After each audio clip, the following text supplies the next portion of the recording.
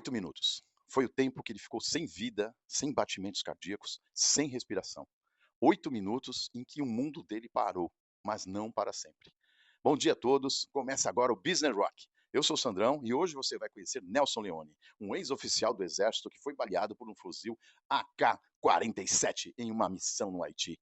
Ele chegou a morrer, foi revivido e transformou essa segunda chance em uma das trajetórias mais impressionantes desse país.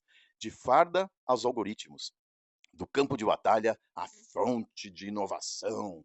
Nelson Leone é a prova de que quem vê a morte de perto aprende a viver com uma urgência diferente, a urgência de quem sabe que o tempo não volta. Esse homem hoje lidera a revolução da inteligência artificial no Brasil. Hoje você vai ouvir essa história direto de quem viveu cada capítulo. Vem com a gente, acompanhe agora na Prime TV SBT. Me conta para a nossa população aqui, que eu estou falando telespectador, ouvintes, internautas, gente do outro mundo também. Olha, pessoal, vamos falar com um cara que já teve aí, entendeu? Me conta como é que foi essa história de tomar um tiro e morrer, cara. Primeiro, assim, por que você estava no Haiti? Assim, vou virar militar? Porque assim, toda a sua família é médicos. 13 gerações de médico. Eu lembrei do filme do Forrest Gump, né, que todo mundo era soldado. O soldado ia, morria. O soldado ia, morria. E o Forrest Gump não deixou o capitão morrer e ele virou um super executivo da área da pesca. Mas me conta, como é que foi essa decisão sua e como você chegou lá e por que você tomou esse tiro, cara? Eu fiz a Academia Militar das Agulhas Negras, que é a AMAN, que é ali em Resende, que é a que forma os oficiais combatentes. Eu entrei na AMAN até meio que não era o meu objetivo, eu queria ser engenheiro mecânico, trabalhar com carro em Santa Catarina. E eu recebi um convite do meu avô. Meu avô tinha um sonho de ter um militar na família, e ele me inscreveu para a prova da Escola Preparatória de Cadetes do Exército, que é o que dá, que é o caminho natural para você seguir para a Academia Militar e se tornar oficial do Exército.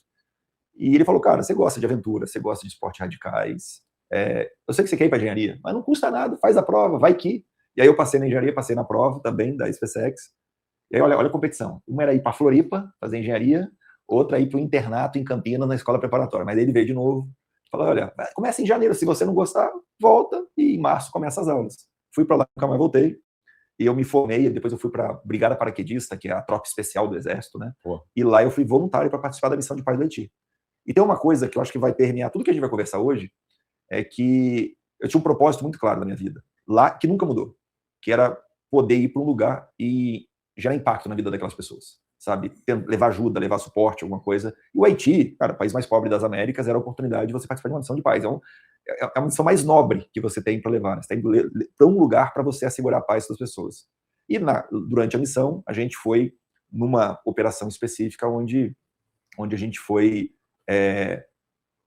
tomar uma região que era controlada pelo tráfico de drogas. A missão foi muito bem sucedida e a gente estava retornando para a base quando a gente foi dar apoio para um grupo de jordanianos que estava numa região específica. Chegando lá, o comboio que eu estava foi emboscado, eu estava na samba de uma viatura, saí de um lado, fui para o outro, e aí veio um tiro de AK-47. Para quem não sabe o que é AK-47, é um fuzil.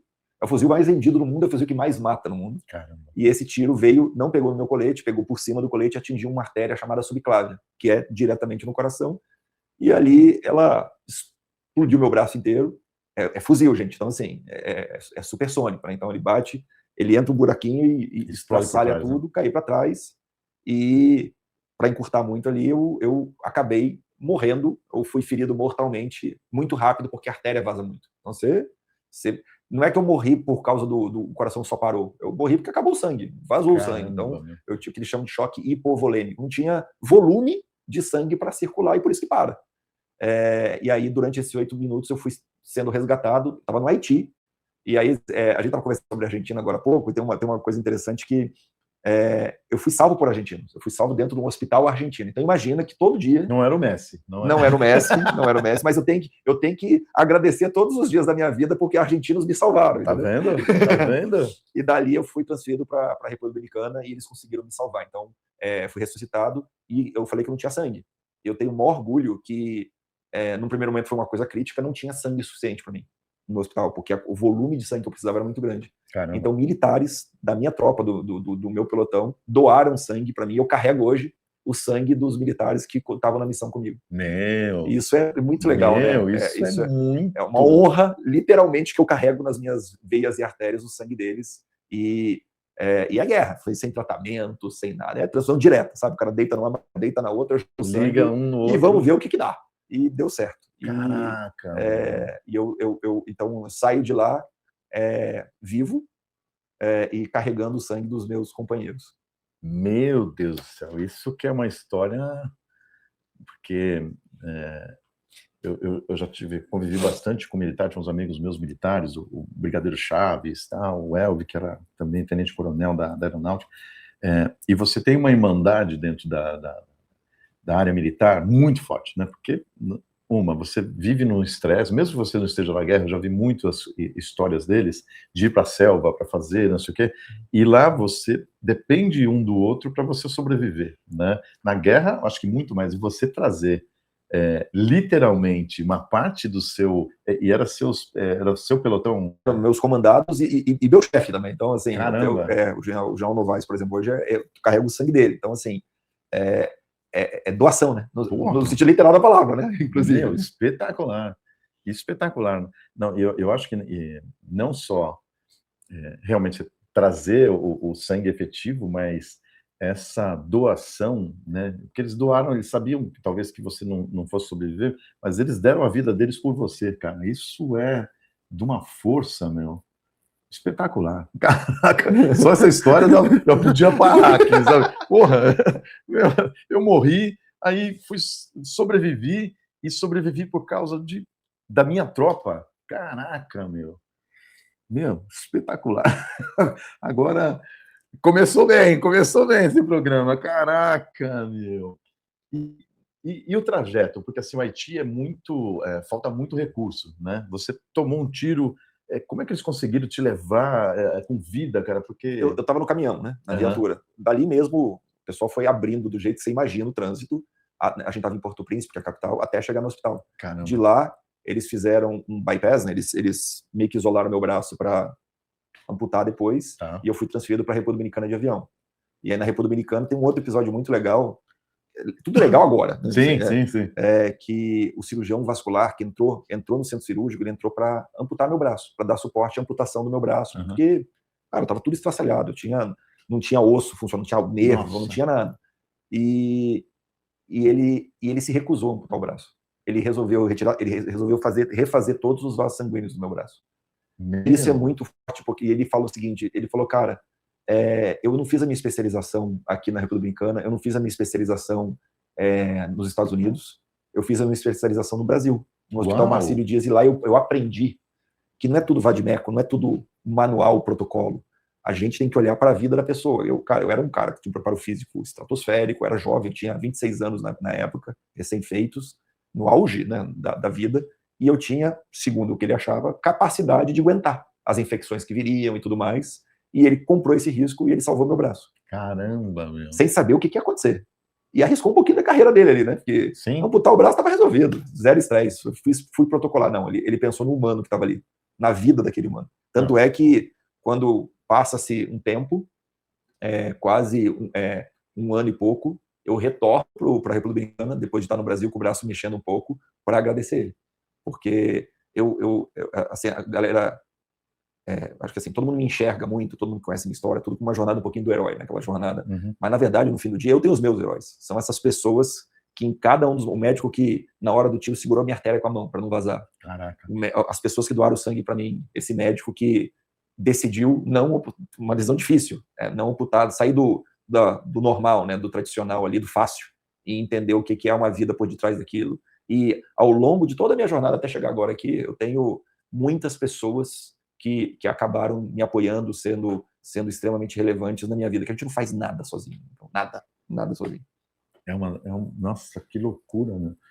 Eu fico imaginando, né? Porque realmente eu nunca vi ao vivo, mas quando eu vejo os documentários, não sei o quê, o tiro da... Como é que é a AK-47. A AK-47, ela é... um 762, né? Ela dilacera mesmo. Na frente parece um furinho, mas atrás parece que tem uma bomba, né? Eu fico imaginando o médico tomando essa decisão, porque é o que você falou, ele poderia colocar a carreira dele em risco, porque você poderia morrer, né? Com as infecções, não sei o quê, né? Que o jeito mais fácil estaria resolvido, né? Tira o braço, cauteriza e e vida que segue. Vida que segue. Caraca, espetacular, espetacular. Né? E ser um cara que estudou no Brasil e por muito legal, é muito legal, cara. Cara, você tem... O rapaz lá em cima vai falar assim, ó, vou fazer a vida desse fulano aqui, cara, mas eu vou dar uma emoção. Acho que era roteirista novo. Assim, não, vou fazer uma coisa diferente. Todo mundo vai e tal, não sei o que. O cara, pá, toma tiro, braço, não vou tirar braço. Cara, que espetáculo, bicho, que espetáculo, meu. Nossa, e conta um pouquinho do Haiti, assim, viver porque assim, viver uma guerra, né, antes da gente entrar na guerra empresarial, viver uma guerra muda a cabeça da gente, né? Porque você vê gente morrendo, vê o tráfego sendo combatido, tal, falta de estrutura, você tendo que ser uma liderança muito forte, porque muitas vezes, pelo menos que eu vejo, é que os seus liderados ainda são muito jovens, né? E estão às vezes na primeira missão e precisa de um comando forte. Como é que era essa vida lá, cara? Eu acho que assim, respondendo uma das perguntas, acho que assim, primeiro, o Haiti é o país mais pobre das Américas. Uhum. Eu acho que tem uma fala de um soldado meu à época, que ele morava no Complexo do Alemão, no Rio de Janeiro, uma favela, né, uma comunidade. Ele era bem humilde e a gente tinha visto uma região do menino comendo, cara, biscoito de argila. Biscoito de argila? Porque não tinha o que comer na época. Então ele estava colocando alguma coisa no estômago. Tá? Além disso, você vai numa feira que não tem energia elétrica. As pessoas têm cubos ou coisas gigantescas de gelo, pedras de gelo, para conseguir conservar alguma coisa com nível de higiene, de condição horrível, onde a maioria absoluta da população não tem acesso, não é saneamento básico, você tem energia elétrica constante e tudo mais. E aí ele falou, cara, eu sou favelado, mas lá no meu barraco eu tenho uma TV, eu tenho uma geladeira, eu tenho uma cama. Ele até falou, eu tenho um gatonete, eu tenho um gatonete lá da coisa. Esses caras aqui não tem nada. E eu, preocupado em comprar um tênis novo, eu preocupado em algumas coisas, eu acho que todo mundo que pisou no Haiti voltou diferente. Não é nem só pela guerra, vai vir a guerra, mas você volta diferente e fala assim, cara, realmente, o que é prioridade na minha vida? De verdade, eu estou sofrendo porque eu não pude trocar meu carro esse ano. De verdade, eu estou sofrendo porque eu não pude comprar uma roupa de marca. Você está sofrendo por causa disso?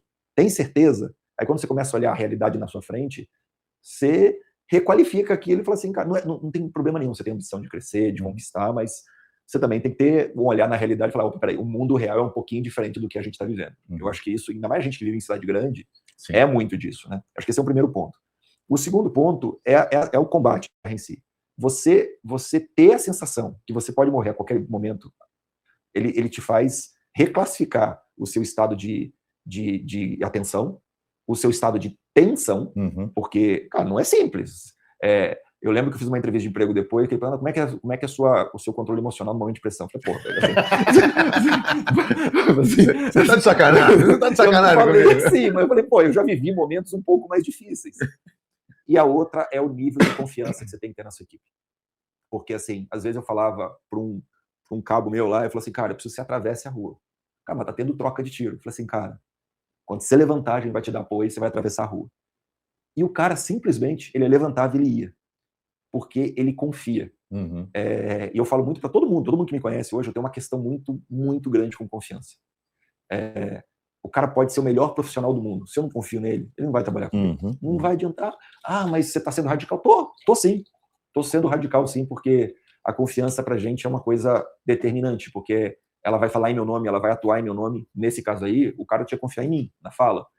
E a outra, eu acho que tem uma coisa a ver com liderança que você tem que fazer, você tem que sempre entender que você é um espelho para todo mundo. As pessoas estão olhando para você, e elas estão olhando todas as suas decisões, elas estão olhando menos o que você está falando e mais o que você está fazendo no dia a dia. Se você está triste, se você está com medo, se você... Isso tem a ver no mundo do empreendedorismo. Se o seu time olha para você e vê que você não está acreditando naquilo, ninguém vai acreditar. Você não tem pensamento de grupo, você não tem olho de dono, você não tem... desculpa. Se o cara que é o dono, se o cara que é o líder, se o cara que tem mais informação que eu está preocupado e está com medo, eu vou estar desesperado, e com toda razão. Ou eu vou questionar. Então a gente vê muito filme de guerra que assim, que a tropa vira contra o comandante. Uhum. Ela vira porque a partir do momento que o cara para de olhar para o seu grupo, ele para de olhar e entender a consequência daquilo ali é muito grande. E nisso, cara, o brasileiro é bom pra caramba. A tropa, o militar brasileiro é muito bom, porque a gente é um pouco mais humano. Você não é assim, tem um conceito que você aprende na academia militar, mas isso é para qualquer lugar, tá? Chefe, todo mundo pode ser. Você é nomeado chefe. Te coloco nessa função, a partir de agora você é o chefe. Liderar, você não lidera ninguém, você conquista a liderança. Quem define se você lidera ou não, não é você. São as pessoas que você lidera. Sim. E isso numa guerra, ele passa a ser essencial. Porque as pessoas vão pirando, cara. Vamos lá, olha o conceito da guerra. De uma hora para outra, você estava com a sua família, todo dia dormindo num lugar saudável, num lugar são, num lugar que você estava com a sua rede de apoio, você sai para um lugar que você não conhece e não fala língua. Um lugar que você pode morrer a qualquer momento, e você volta para uma base militar que pode ser atacada. Não é que você volta, vou desopilar. Não. Então você está em 24 horas, num momento de estresse, vivendo só com aquele grupo e por um período de longo prazo. A missão lá são 6 meses. Então o nível de estresse, se você não ter equilíbrio emocional, você quebra. E quebrar num lugar desse não é que, não, afasta, vai tratar onde? Vai fazer o quê? Não, hoje eu não tô bem. Olha, hoje eu não acordei bem. Vou faltar o expediente hoje. Lógico, tem afasta, mas assim, você entende o conceito desse? Quanto mais função de liderança você tem, e aí tô falando de liderança, mais pesado fica o fardo, porque você não é responsável por você. Você é responsável por aquelas pessoas e tem um monte de família ali que está contando com um pouco da sua decisão. Então, e esse aprendizado eu levei para a vida toda. Sabe, porque no fim do dia não muda muito o comportamento. A gente vive uma guerra com toda guardada as proporções, sim. Cara, mas todo mundo está vivendo batendo o seu leão por dia. Se você tem uma empresa e precisa motivar seus funcionários, fazer com que eles realmente atuem, façam coisas diferenciadas, não como o meu amigo Leone, né, que o cara aqui é fora da curva, mas atingir metas, superar metas, nada melhor do que as pessoas estarem engajadas, estarem loucas para ganhar os seus prêmios. E a P2X ou P2XP tem os cartões com a Visa de premiação, tem Pix premiado, tem portal de prêmios. Então, converse com a P2X e vocês vão conhecer um novo lado aí para você conquistar essas metas que estão muito fáceis no Brasil. Está muito fácil atingir meta, mas a P2X vai te ajudar. Então, vamos conhecer um pouquinho da P2X. Quer descobrir como sua empresa pode economizar até 62% em encargos trabalhistas e previdenciários ao pagar premiações para o seu time comercial? Sim, é verdade. Com as soluções de premiação da P2X, isso é totalmente possível. Eu sei que você deve estar se perguntando como funciona. É simples. Você escolhe uma ou mais das nossas soluções de premiação para pagar seus colaboradores, como o cartão premiação, o cartão virtual e o portal de premiações. E como os pagamentos de premiação não integram a remuneração salarial nem constituem encargos trabalhistas, sua empresa economiza mais da metade desses custos. Assim, você pode pagar a premiação do seu time inteiro sem se preocupar com encargos. Além disso, aumenta o engajamento dos seus colaboradores que podem utilizar as premiações em uma ampla gama de opções, como compras em lojas físicas e virtuais, saques, transferências, pagamentos de contas e muito mais. Vamos implementar em sua empresa? Entre em contato agora. A tecnologia pode salvar memórias? Conheça o Biographer, uma IA que ajuda pacientes com Alzheimer.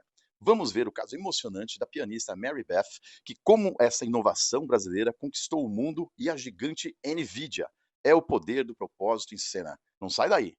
Esse projeto, o nome dele chama Biographer, de biógrafo, né, com AI. E ele foi pensado em 2022 por 2 criativos de desenvolver uma IA que ela teria a capacidade de entrevistar o paciente, seus familiares e amigos, pegar essas histórias, conciliar com o momento de vida do mundo nesses períodos, reescrever essas histórias sobre a ótica do paciente em primeira pessoa, sintetizar a voz do paciente, e o tratamento do paciente consiste em ele escutar todos os dias as suas melhores histórias de vida e ele reter essas memórias, que são portas que ainda não fecharam dentro do seu cérebro. Só que não era possível fazer. E quis o destino que eu tivesse no BTG, e o CTO, que por um acaso, de coincidência, semana passada eu jantei com ele, o Avelino, um abração pro Avelino. O Avelino, eu conto essa história para ele, ele fala assim, Leone, tem 2 caras lá em Porto Alegre que eu acho que tem capacidade de fazer esse negócio. E aí eu entro em contato com esses 2 caras de Porto Alegre, o Rodrigo Malossi e o Marcelo Chaper, meus 2 sócios fundadores, e conto o projeto para eles. Assim, cara, eles estão com você na Wide Labs, assim que surge a Wide Labs no final do dia. E eles fazem esse projeto, a gente faz esse projeto. E como por causa do meu mundo publicitário, Eu falei, pô, como é que a gente pode dar visibilidade da tecnologia e tudo? Era pré-ChatGPT, para todo mundo entender o momento que a gente está fazendo.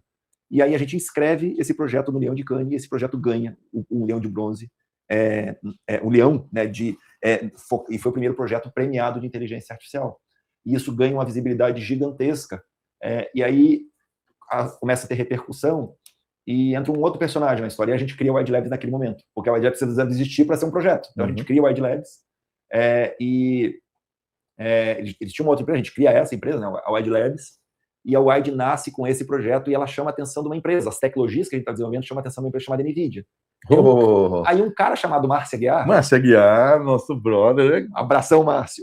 O Márcio conversa com a gente, faz o convite para a gente fazer parte de um programa chamado Inception, que é um programa de aceleração da NVIDIA para empresas de tecnologia. Qualquer empresa ele é gratuito.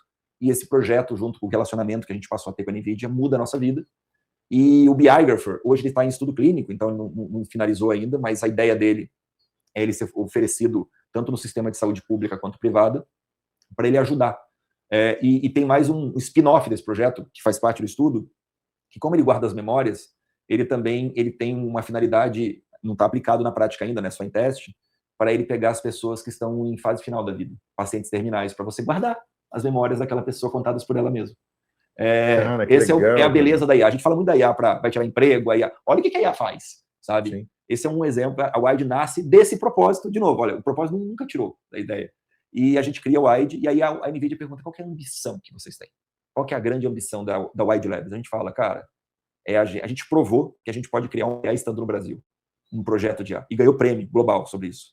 A gente quer criar um LLM, um Large Language Model, um grande modelo de linguagem brasileiro, que fale, que entenda a nossa cultura, que representa o nosso país, que tenha a ótica brasileira, que tem um viés brasileiro, que a gente foi criticado depois do lançamento, que o Amazônia, Inácio Amazônia, o Amazônia ele tem um ponto de vista muito brasileiro. Eu falei, isso, é exatamente isso. Ele tem um olhar brasileiro, sim, e não é americano, não é europeu. Aliás, desculpa se você tem uma certa limitação, mas a Amazônia, Brasil... É tipo isso. O projeto foi para isso, amigo. Espetacular. E aí a gente treina esse modelo em parceria com a NVIDIA e com a Oracle, que acreditou nesse projeto para a gente. Eu dou muito valor a todo o suporte que a gente teve, sabe, das pessoas dentro dessas empresas que acreditaram num sonho, 3 malucos ali, que depois foram ficando mais sócios, que acreditaram nesse projeto, que investiram nesse projeto, e a gente lança no dia 30 de julho de 2024, quase 2 anos atrás, esse grande modelo de linguagem brasileiro que é o Amazônia. E ele foi lançado no dia do lançamento do Plano Brasileiro de Inteligência Artificial. Então foi um marco. A gente está no Plano Brasileiro de Inteligência Artificial do Brasil, o Amazônia, sabe? Então a gente faz parte da história da IA do Brasil. E olha como é que as coisas vão acontecendo, sabe? E aí a gente chama atenção bastante disso, mas ao mesmo tempo a gente entende que, pô, Leone, por mais que você sonhe, você não vai conseguir competir com uma OpenAI, com uma Meta igual, estando no Brasil, com capacidade financeira que tem no Brasil, com a visibilidade que você tem no Brasil, e a gente entende que o Amazônia, ele era um meio para a gente atingir o nosso objetivo como empresa. Que aí acho que a gente vai mergulhar um pouquinho, onde a gente entendeu a importância que a IA teria e a quantidade de sistemas críticos que a IA passaria a ter. Sim. E a importância de empresas e governos terem modelos para elas, os modelos. Então hoje a Amazônia é uma família de modelos. E, by the way, depois da Amazônia, no ano passado, a gente lançou o Patagônia, no Chile, o modelo soberano chileno, e a gente entendeu que a gente tinha algo único no mundo todo. Primeiro, eu não era americano, eu não era chinês, eu não era europeu. Então, a discussão de soberania, a discussão de influência política global, eu não estou nessa discussão. Eu sou neutro nessa discussão. Então, passou a ser um ativo eu ser brasileiro na área de tecnologia. O segundo, eu falava de soberania, segurança, privacidade das informações, cibersegurança antes das outras pessoas. E a gente passou a oferecer para governos e empresas enterprise uma fábrica de inteligência artificial onde eu entrego para essas pessoas os modelos de IA, os sistemas que eu desenvolvo e todo o controle da IA. E aí é onde a empresa decola, sabe? Não, isso vou aterrizar. Vou mergulhar um pouquinho mais, porque essa coisa da soberania eu achei espetacular. Mas, voltando ao Alzheimer, né? Você até falando isso me lembrou que meu avô já morreu há uns, 15, 20 anos, e eu, como era de propaganda, não sei o que, eu tinha sempre minha câmera, não sei o que lá, e eu gravei, né, no final da vida do meu avô, histórias, né, que ele contava, não para ele lembrar, porque ele era bom de memória, Meu avô não sabia ler, ele era evangélico, a Bíblia inteira decorada. Então você fala assim, versículo tal, ele abria a coisa, às vezes nem era a página certa, mas ele falava, então a cabeça dele era muito boa. Só que eu queria preservar essas coisas. E eu, agora falando, eu não sei onde está essa fita, entendeu? Agora eu preciso mergulhar para achar. O que teve de resultado esse projeto? Porque isso é fantástico, porque as pessoas quase que tem o dia da marmota, né? Todo dia e não lembra e tal, não sei o quê. Como é que... Então, esse é um tratamento que ele não vai recuperar memórias. Tá? Então, a memória que perdeu, a memória perdeu. Tá. A porta está fechada. Agora, existe um tratamento já chamado terapia de reminiscência. Reminiscência é uma palavra difícil, mas no final das contas chama relembrança. E só que isso é feito de uma maneira offline. Você recria a casa, você recria um quarto para a pessoa relembrar aquilo e ela vivenciar todo dia, e ela acaba relembrando todo dia, e a porta que é fechada da memória não fecha mais. Só que a gente trouxe para o digital isso, trouxe com a IA isso, para poder construir um livro. A gente fez um paciente, na época não tinha o Amazônia, então não fiz no Brasil, fiz nos Estados Unidos.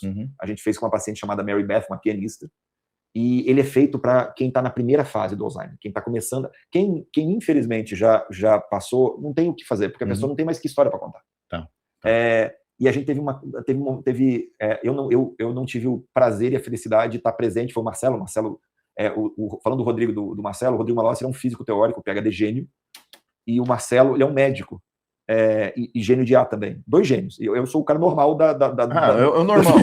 Eu imagino os outros caras. Porra, se esse aqui é o normal, você imagina os outros caras. Vou ficar uns 4 dias com esses 3 caras. E esses mentes brilhantes, né? Então, o Marcelo vivenciou lá, e teve um momento que eles estavam captando a América, demorou um pouco a gente fazer, né? Então ela foi piorando. E ela estava... O tratamento do biógrafo principal não é só... o mais leve é escutar depois as histórias. O mais importante é o captar essas histórias. Então tinha um médico presente, as pessoas contavam as histórias, a família, os amigos, com a paciente presente. E teve um momento que ela falou, não foi assim que aconteceu, não. E ela estava muda, do nada, e ela falou, foi assim, gente, opa, peraí. A gente acessou alguma coisa que a gente achou que estava trancada e não estava. E ela não tocava mais piano, até que ela levanta e toca. O Marcelo vai pro piano, toca. O Marcelo, eu falei aqui que ele é pianista? Não, ele é 0 pianista. Então imagina o que ele tentou fazer no piano. Você quase matou a mulher só de escutar. Ela falou, tá errado, e volta. Então a gente viu a gente tem o depoimento do marido, falou assim, cara, vocês voltaram a Mary Beth. Eu revivi por alguns momentos a pessoa que eu não tinha visto há muito tempo. Nossa. E isso não tem preço. Não tem. Não tem, eu não consigo... E isso que trouxe pra gente a capacidade da tecnologia para fazer. Mas para virar algo para um sistema público, um sistema de saúde, aí sai da mão dos técnicos nossos e entra na mão dos cientistas, dos pesquisadores, sim. Que é onde ela está, sabe? Então, que eu acho que é onde o papel que o biógrafo está fazendo em relação a isso. E assim, de lá para cá, a gente tem uma área de inovação muito forte que o Marcelo lidera, que a gente desenvolveu outros projetos, que a gente fala que assim, a gente não sabe se vai dar certo, a gente quer testar a tecnologia, se der impacto, vai que as coisas aconteçam ali na frente. E aí a gente desenvolve, entendeu? Então essa é a lógica do que ocorreu com o biógrafo. Então o momento que ele está, a gente fez com um paciente. Hoje já tem outros, mas ainda está nesse processo. Sim. Hoje você acompanhou a história incrível de Nelson Leone, um homem que morreu por 8 minutos no Haiti e decidiu construir o seu futuro. Vimos que resiliência não é sobreviver, é o que você faz depois disso. Que tecnologia com propósito devolve vidas e que a soberania e IA é o futuro do nosso país. O Business Rock vai ao ar todo sábado às 11 horas da manhã. Se você perdeu algo, reveja em todas as nossas redes sociais. Lá tem todos os episódios e vocês podem assistir completo e rever de novo. É muito legal todos os programas e a gente conta com vocês nessa grande audiência. No próximo sábado, voltamos com mais uma história de quem fez a diferença no mundo e quem faz a diferença no mundo. Eu sou o Sandrão, um ótimo sábado e até a próxima semana no Prime TV SBT. Business Rock.